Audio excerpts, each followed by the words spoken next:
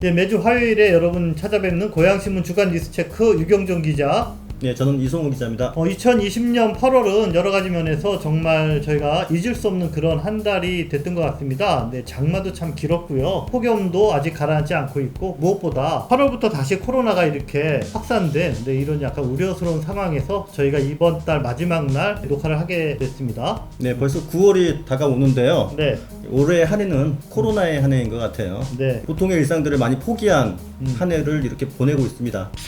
이번 주 고양신문 3면을 한번 보겠습니다. 역시나 코로나 소식을 전해드릴 수밖에 없는데요. 고양시 누적 확진자를 살펴보니까 지난주 27일까지 확진자를 보니 239명입니다. 이병우 기자님께서 분석을 해봤는데 네. 첫 번째 관심 있는 것이 동별 분포네요. 첫 번째 표가 고양시 확진자 중에 동별로 어느 네. 동에 확진자가 많은지를 보여주는 표인데요. 그 중에서 가장 많은 확진자가 나온 동은 25명이 나온 저 그래프 맨 위쪽에 있죠. 네, 행신동입니다. 예. 전체 누적 확진자의 한 10% 이상이 요 행신동에서 나왔다라고 보시면 되는데요. 근데 참고할 점은 이 법정동이기 때문에 예. 이 인원수가 많은 데도 있고 적은 데도 있어요. 그러니까 네. 이게 이제 뭐 절대적인 비교라고는 할 수 없고, 행신동 다음으로는 21명의 확진자가 나온 원당 주교동입니다. 네, 주교동은 근데 인구가 적음에도 불구하고 꽤나 많이 나온. 네, 맞습니다. 네. 여기는 두 개의 집단 감염이 아무래도 큰 그런 역할을 한 것 같습니다. 뒤이어서 일산동, 화정동, 풍동, 성사동, 탄현동, 대화동, 그리고 토당동까지 모두 9개 동에서 10명 이상의 확진자가 나온 것으로 이렇게 밝혀졌습니다. 연령대별로도 한번 살펴봤습니다. 이번에도 역시 표를 보시겠습니다. 어느 연령대에서 확진자가 많이 나왔느냐? 20대입니다. 20대가 대인 활동이나 또는 그 친구 관계나 이런 게 워낙 많지 않습니까? 이거는 예. 사실 고양시만의 특징은 아니고 지금까지의 모든 누적 확진자 전국 통계도 역시 마찬가지입니다. 예, 전국 통계에서도 20대가 네, 가장 많습니다. 1위로 나왔죠. 예, 고양시 일단 살펴보면요, 20대에서 45명, 그 다음에 50대, 60대가 약간 비슷합니다. 그래서 요 연령대에서 한 40여 명이 나왔고요. 예. 다음으로 30대, 40대가 또 한 30여 명, 30, 40대는 상대적으로 개인 방역이나 이런 거에 상당히 좀 민감한 그런 또 세대인 것도 있거든요. 20대가 네. 방역에 좀 더 이제 집중해야 될 것 같습니다. 뭐 술집도 다니고, 네네. 뭐 운동도 하러 다니고, 친구들끼리 모여 다니는데 그런 거 좀 조심해야겠네요. 마지막 그래프를 살펴보겠습니다. 월별 확진자 추세. 요 그래프에서 보시는 것처럼 1차 대유행이 있었던 3월에 고양시도 역시나 22명의 확진자가 그때 나왔습니다.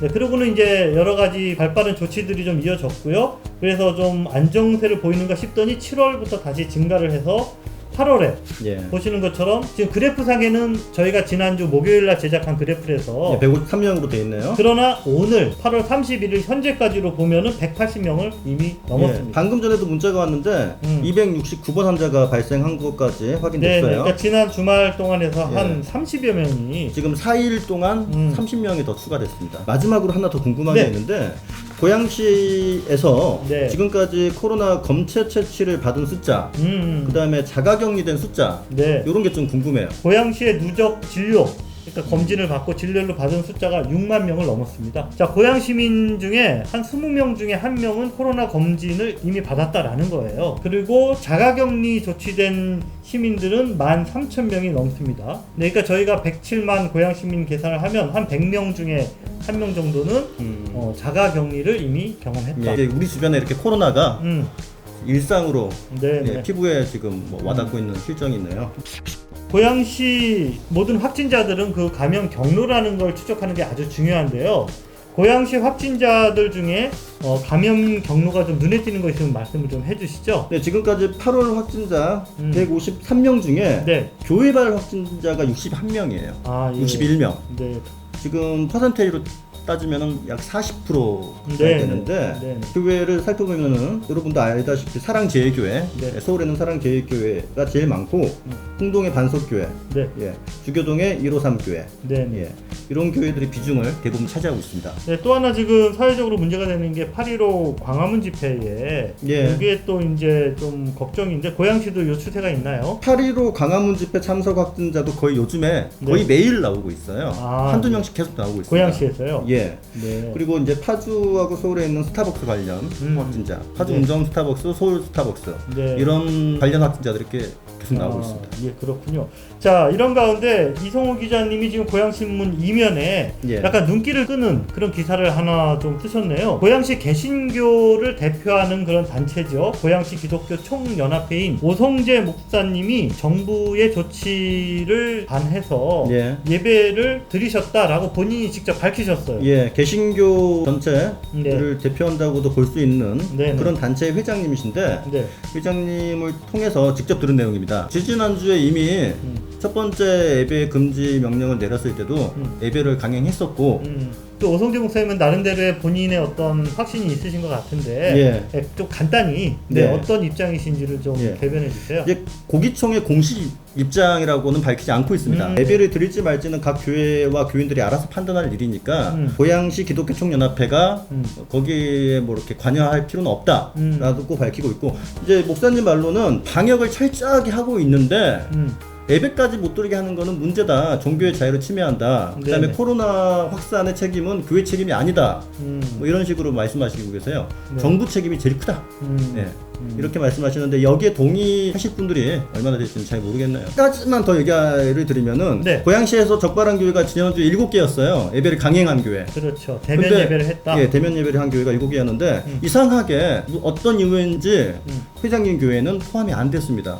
본인 스스로가 60명 이 예배를 받다고 했는데 네. 고양시에서는 그 교회를 적발하지 못했다고. 아, 그래요? 그럼 이건 약간 행정에 좀 뭔가 문제가 있었다라고 예. 저희가 지적해도 되겠네요. 예, 담당 부서에서는 해명을 제대로 하지 못하고 있어요. 네.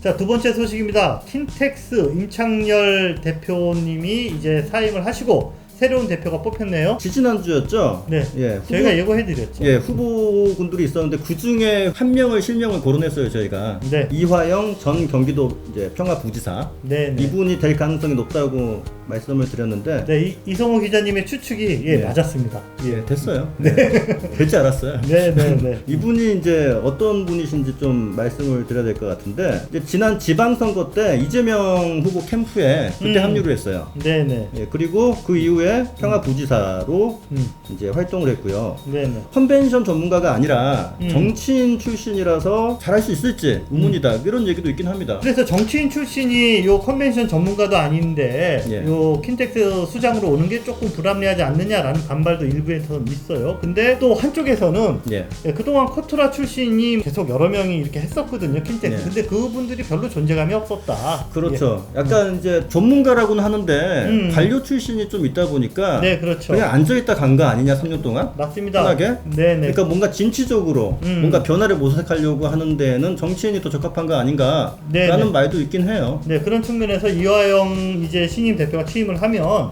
그 킨텍스를 어떤 남북 협력의 전진 기지로 이렇게 아주 포커싱을 좀 하고 예. 킨텍스의 이런 수건 사업들을 그 탄탄한 정재계 네트워크를 통해서 추진력 있게 좀 해내지 않을까라는 예. 기대감도 지역사회에서도 있는 게 사실입니다. 예, 저희 개인적인 생각으로는 네. 오히려 정치인이 좀 나을 수도 있다고 생각합니다. 네, 그러면 킨텍스가 지금 해결해야 할 수건 사업 또 지역의 뭐 바램이나 이런 거 어떤 것들이 있는지 얘기를 좀 해주세요. 네. 예, 킨텍스는 지금 이제 마이스 전국 전시 시설의 약 40%를 차지하고 있을 만큼 네네. 대단히 큽니다. 네. 압도적으로 커요. 네. 그런데 플러스 제 3전 시장까지 지금 네. 1전 시장, 2전 시장 지금 지어져 있고요.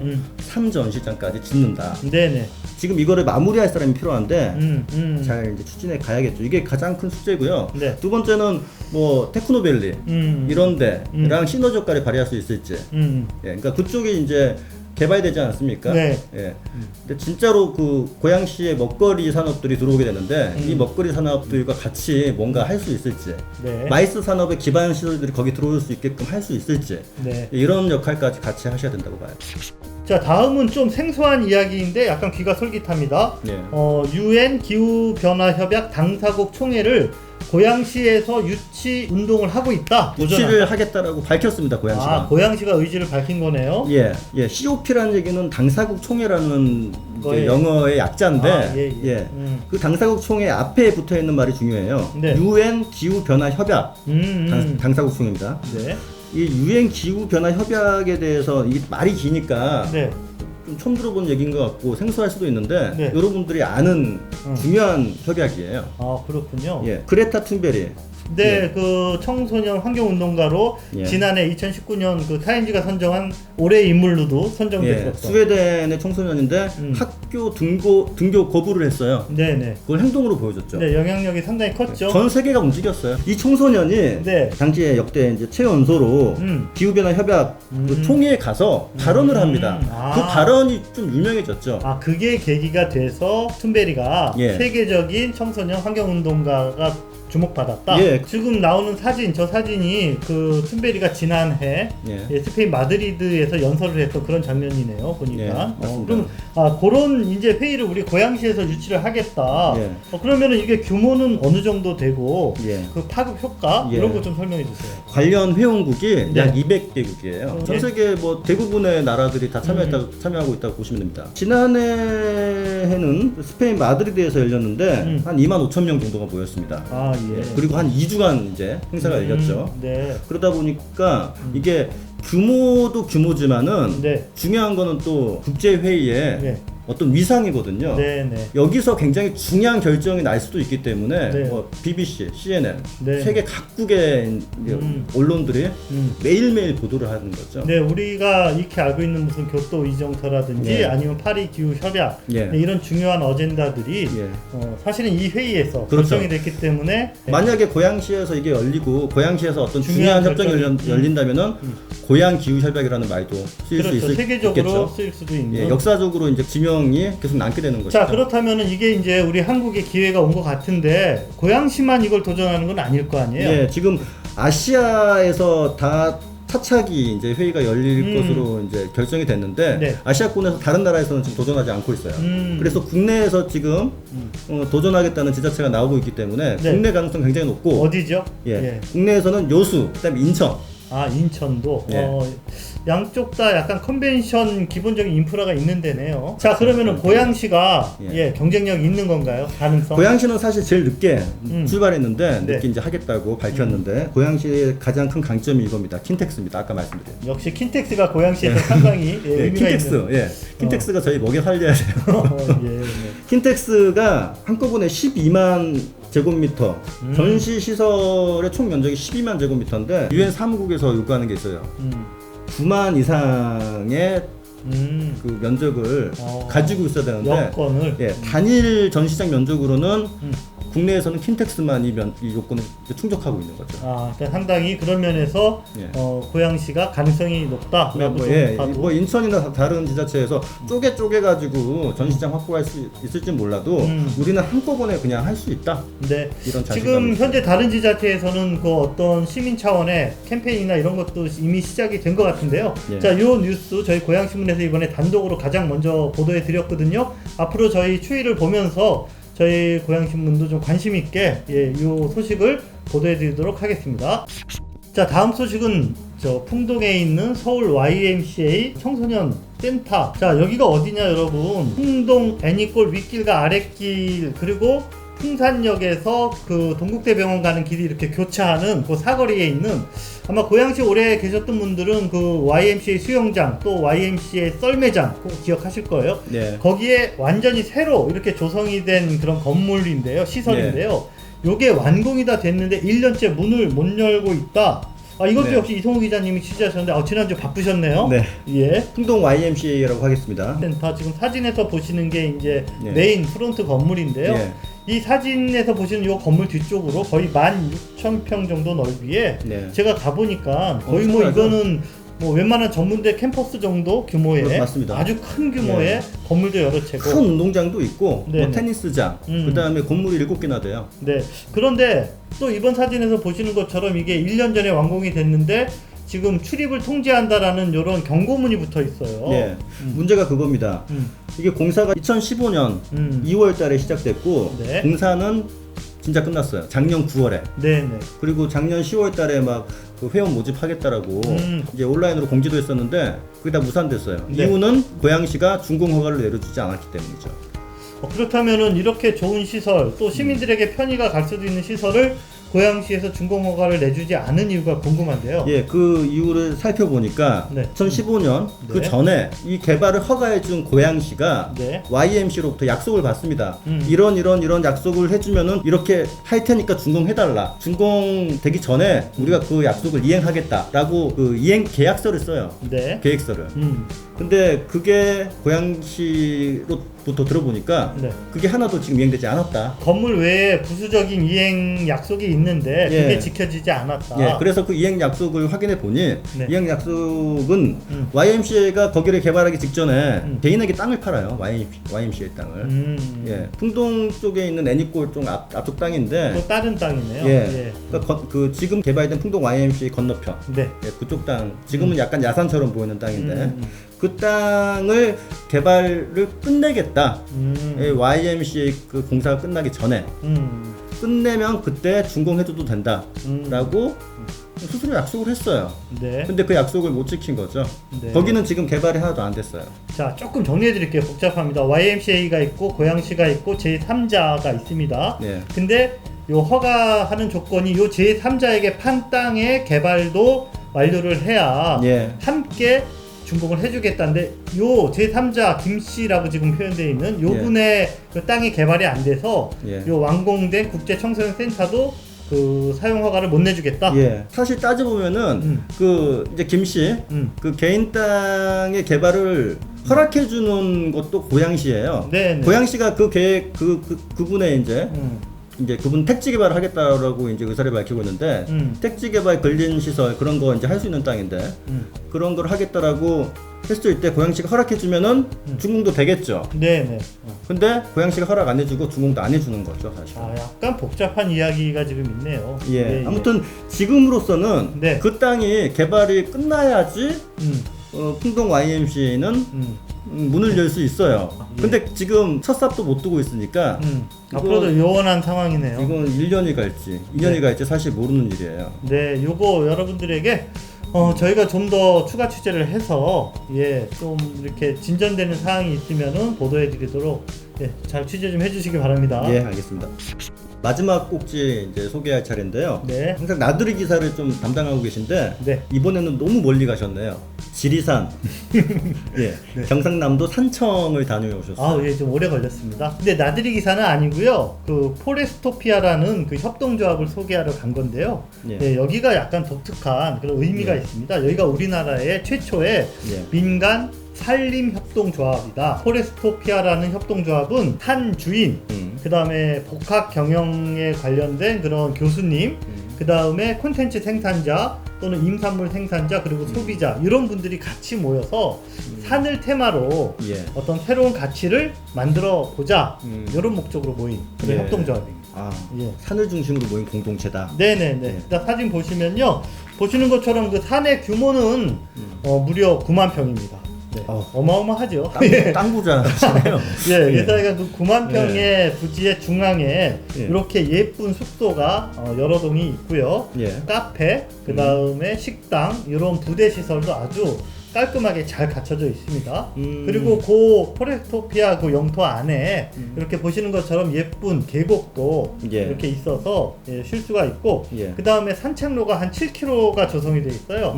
그래서 가다 보면은 여러 가지 그런 수종들, 지금 보시는 거는 요거는 대나무 숲이거든요. 그래서 산림욕도 할 수 있고 사시사철 정말 할 게 너무나 많은 아주 재미있는 공간이었습니다. 지리산까지 굳이 가서 소개를 한 이유가 따로 있지 않을까? 네네, 이게 사실은 어떻게 보면 다 사람의 인연인데요. 아까 말씀드렸던 이 9만 평의 산을 12년 동안 가꾸고 또 자기가 가꾼 산을 협동조합의 어떤 터전으로 이렇게 개방을 한 그 산 주인이 지금 사진에서 보시는 이 김홍익 상임이사라는 분인데요.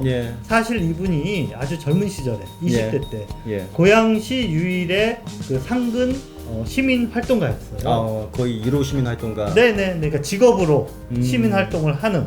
그래서 이분이 이제 뭐 고양시 환경운동연합, 그 다음에 또 한살림, 구례생협, 고양 청년회 이런 모임들을 다 조직을 하고, 그래서 그 인연으로 저희 고향 시민들에게 이런 좋은 협동조합을 좀 소개해줬으면 좋겠다라는 요청이 있었어요. 예, 여기 방문하려면 일반인도 가능한 거예요? 네, 지금 그 조합원들을 새로 확보하는 그런 단계거든요. 그래서 이 숙박시설을 아주 저렴한 가격에 가서 한번 체험을 하고 예. 또 주변도 둘러보고 예. 그러실 수 있는 예. 저희 고향신문 여러분들께서 열어보시면 거기 주소랑 또 전화번호 이런 게 다 나와 있거든요. 관심 있는 분들은 꼭 한번 읽어보시기 바랍니다.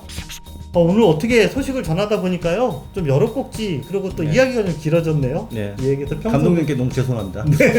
평소보다 조금 길게 오늘 아마 최장 시간 방송이 될지 모르겠는데 마무리라도 좀 빨리 하도록 하겠습니다. 예, 길었지만 여러분들 오늘 전해드린 소식들 다 어떻게 보면 미완의 소식이거든요. 저희가 앞으로 더 추가적인 취재를 통해서 좀 더 깊이 있는 뉴스 앞으로 보내드릴 것을 약속드리겠습니다. 다음 주에 뵙겠습니다. 감사합니다.